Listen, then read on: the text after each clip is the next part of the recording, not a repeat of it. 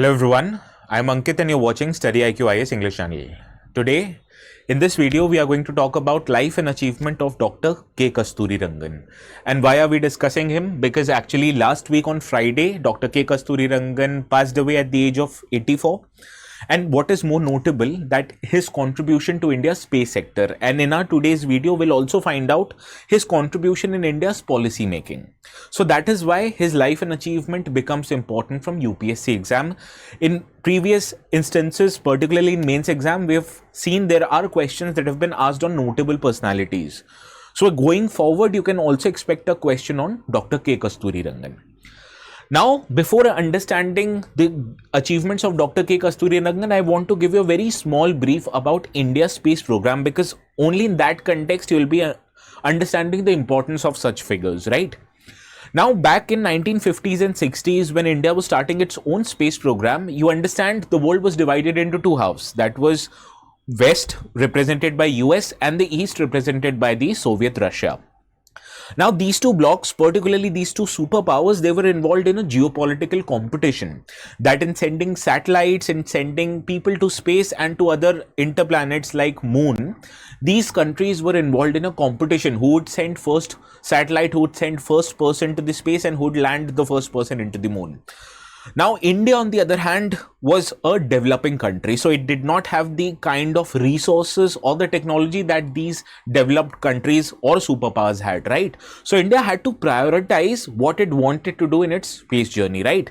So India, instead of getting involved in a geopolitical competition or a space race, India tried to prioritize its economic needs. That is, it wanted the space sector to fulfill its developmental and the modernizing needs, right?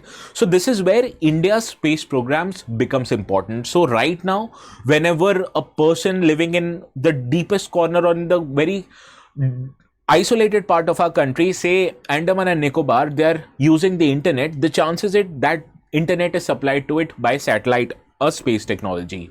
Similarly, people, how do they receive various weather updates, weather warnings? All of this is probably used and provided to them by the weather department using the space technologies like satellite, remote sensing, etc., right? So this is how the space program particularly has served India's developmental and modernizing needs, which are economic and not political in nature, right? So this is India's space program. Now let us understand what role has Dr. K. Kasturirangan played in India's space program. Now, what was India's first satellite? It was Aryabhatta satellite, right? You must remember this. But what you'll not remember is that Dr. K. Kasturirangan was indeed the part of team which developed and launched this very first Indian satellite. Also, he was an astrophysicist, so he played a very important role, served the groundwork when it came to India's own mission to Mars, that was Mangalyaan, and its mission to Moon, that is Chandrayaan. And we have sent one mission to Mars and 3 missions to the Moon, and that has only been possible because of work, including many people, including Dr. K. Kasturirangan. Now, in addition to serving as a scientist in ISRO, he was also the chairperson of ISRO from 1994 and 2003. Now, this time period in particular for ISRO is very crucial because this was a very turbulent phase for India. Particularly after India tested its nuclear weapon in 1998 in Pokhran, India was subjected to many sanctions primarily imposed by Western nations like US. So in that case, access to technologies or technologies of other countries for ISRO was also prohibited, and even in that phase, Kasturirangan or Dr. K. Kasturirangan played a very important role in recognizing the need for indigenization. We are going to cover how he played an important role during this phase as a chairperson of ISRO in our today's discussion only. Now, Dr. K. Kasturirangan, in addition to many important scientists in ISRO, including Dr. Kalam, he was nurtured and mentored by the father of India's space program, Dr. Vikram Sarabhai. Now, when Dr. Vikram Sarabhai was starting India's space journey, he recognized that India as a developing country is liable to face a budgetary constraint. It did not had access to unlimited amount of financial resources for its space program as compared to countries like US. So India had to prioritize what kind of work it wants to achieve with the space program. Similarly, the space program needs to be very efficient so as to use maximum amount of output from the money it is getting from the government. So that is why Sarabhai's mantra was doing more with less amount of money. And this very philosophy was also ingrained in the mind of Dr. K. Kasturirangan. So the important missions that ISRO developed at the time when Kasturirangan was the chairperson of ISRO, and after that, say, mission to Mars and mission to Moon, it was done at a very fractional cost at compared to other global players like NASA and the European Space Agency. To put things in perspective, what you'll remember that Prime Minister Modi gave a very important speech where he highlighted that Interstellar, a movie by Christopher Nolan, which deals with space, was made with a budget of $165 million, right? So this was the budget of Interstellar movie.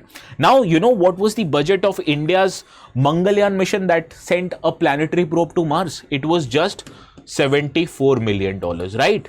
So see the amount of difference. You're spending $165 million of money to make a Hollywood movie. On the other hand, we were just spending $74 million, more than half of what was spent by Hollywood, to send a planetary mission to Mars. So this was the intention of how much cost efficient is ISRO, and this was done primarily because of the resource constraint ISRO faced and by the philosophy of Dr. Sarabhai, which was ingrained very much in the mindset of Dr. K. Kasturirangan, right?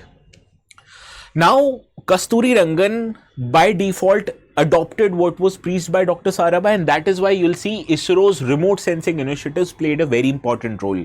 From providing benefits of remote sensing to farmers, like sending them the data regarding their crop moisture levels, like their farm productivity and yields. Also, it provides data to fishermen so that fishermen know which area is likely to have presence of more fish, and therefore saving time and resources of the fishermen.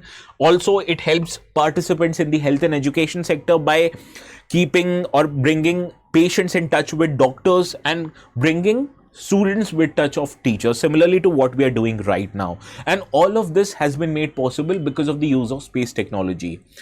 Also, from 1990 onwards, when India started its journey towards a more liberalized economy, Dr. K. Kasturirangan made sure, or he was one of the leading voices when it came to India's how science policy will be after India got liberalized. And he became recognized of the fact that going forward, if India wants to become a major global player in space sector, India can't be dependent on technology of other countries, be it allies or be it other commercial players. Rather, what Dr. K. Kasturirangan recognized, India needs to be self-sufficient, which includes developing of many space-based technologies on our own, right? So his approach of more indigenization paid rich dividends when it came to development of Polar Satellite Launch Vehicle, also known as PSLV, who is also otherwise known as the workhorse of ISRO. Also, it became a very reliable rocket above which many satellites were sent into space, both of ISRO and other foreign countries, and also it attracted many international clients. So it brought more international recognition and reputation to ISRO, that was PSLV. Now, PSLV was also developed during the chairmanship of Dr. K. Kasturirangan. Also, what I've already told you earlier, that in 1998, after India conducted its nuclear test in Pokhran, India was subjected to many sanctions by Western countries, including US. Now, a consequence of this sanction was that India was unable to import what was known as the crucial cryogenic engine from countries like Russia, because Russia at that time required support of US for some other purposes. Therefore, Russia was reluctant to give us cryogenic engine without the approval of US, and US had imposed sanctions on us. So despite many negotiations, Indians, they were only able to secure how many cryogenic engines from Russia? Only 7. So this brought the attention of Dr. K. Kasturirangan that globally, if we have to make cryogenic engines and we have to launch rockets with cryogenic engines which have higher specific impulse means in cryogenic engine you get more thrust or more power as compared to the other type of rockets and engines per your fuel, right? So these are the benefits of cryogenic engine. Now, going forward, India needed cryogenic engines, but when it was not supplied to us by other countries, we had no other option but to develop them ourselves. And this development of cryogenic engine, which we have now indigenous cryogenic engine, it started at the time of Dr. K. Kasturirangan when he was the chairperson of ISRO, right? So this is how he played a very important role. That what is ISRO today is also because of his many contributions, including the development and launch of PSLV, its subsequent iterations, and also starting of the development of cryogenic engine. Now, let us quickly, from our exams perspective, get few details about PSLV, so that if question comes on PSLV, we are sorted, right? Now, PSLV is known to be workhorse launch vehicle of ISRO since 1994, and it has made more than 60 flights. Now, it was primarily developed to launch remote sensing satellites into what is known as sun synchronous orbits. Sun synchronous orbits are the one where satellites appear at a particular point in a day at the same time every day, okay? Now, also after its subsequent iterations and development of technologies, ISRO was also able to make and modify this PSLV to be able to launch small size satellites into higher altitudes, suppose say geostationary transfer orbits. So this is the picture of ISRO, and you can see there are additional strap-on motors that have been added to PSLV to provide more power at the time of launch. Now, in that regard, let us understand how this PSLV rocket is powered. Now, this is a 4-stage rocket which uses an alternative combination of both liquid and solid fuels. So, when first and third stages of PSLV, it is powered by solid fuel, and second and fourth stages, these are powered by liquid fuel. Now, whenever the rocket has been launched from Earth, you understand at the point where of its launch, the gravitational force is highest. So, you require higher amount of energy so that the rocket is able to be launched in space. So for that you need additional thrust. And how you provide additional thrust to the rockets? So that you add strap-on motors to these rockets, similar to what I've told you in this image. So this is a strap-on motor. Now, strap-on motors for PSLV, it is powered by a solid stage fuel. Therefore, this is powered by a solid stage fuel, and it is intended to provide additional thrust to the rocket. But please do not mistake, adding a strap-on motor to a 4-stage rocket does not make it a 5-stage rocket. It will remain a 4-stage rocket. Strap-on motors are an additional motors, not a part of main assembly of the rocket. Okay. Now, what is the capacity or what is the ability of PSLV to deliver satellites? So it can deliver 3,250 kilogram worth of payload to low Earth orbit, but when it goes higher, its payload decreases. So for example, when it is able to send satellites into sun synchronous orbit, its payload reduces to 1600 kilogram and it further reduces to 1400 kilograms for geosynchronous transfer orbit. Now, the significance of PSLV for ISRO is that it has gained global credibility. It has not even failed once, and therefore it has become a leading provider of ride-share services for smaller satellites. So in many cases, you'll see ISRO is able to send 100 per satellite in just one launch mission because it is so trustworthy and it is so relying on the PSLV rocket.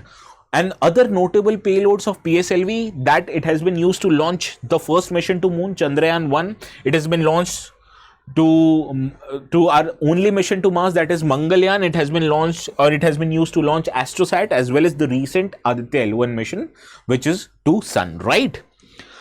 Now, even beyond the space sector, Dr. Kasturirangan's contribution was immense because he was so popular and he was widely recognized across and respected across political circles that governments of both Congress as well as BJP have involved his services in various parts of policy making. Now, if you remember, in late 2010s, there was this committee that was formed known as Gadgil Committee. Now, the purpose of Gadgil Committee was to estimate the impact of developmental activities on Western Ghats, right? So while studying this developmental activities and its impact on Western Ghats, Gadgil Committee recommended that 64% of the Western Ghats area should be recognized as an eco-sensitive area. And when you recognize such a huge part of Western Ghats as an eco-sensitive area, it would naturally mean that you can't undertake developmental or construction activities in these areas because these are more ecological sensitive. Now, this higher designation of an area of Western Ghats called as eco-sensitive area created a lot of controversy, because we understand protection of our environment and ecology is important, but as a developing country, our priorities are also economic development. So, going forward, what we needed to do was to balance both environmental as well as economic requirements, right?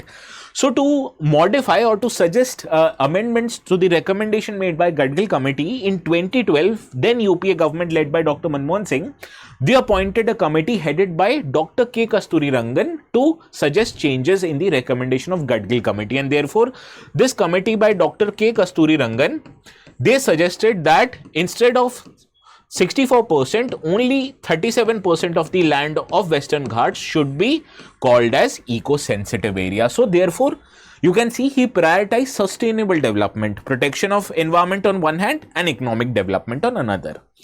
Now, 5 years later in 2017, now the government had changed. It has become an NDA-led government led by Prime Minister Modi.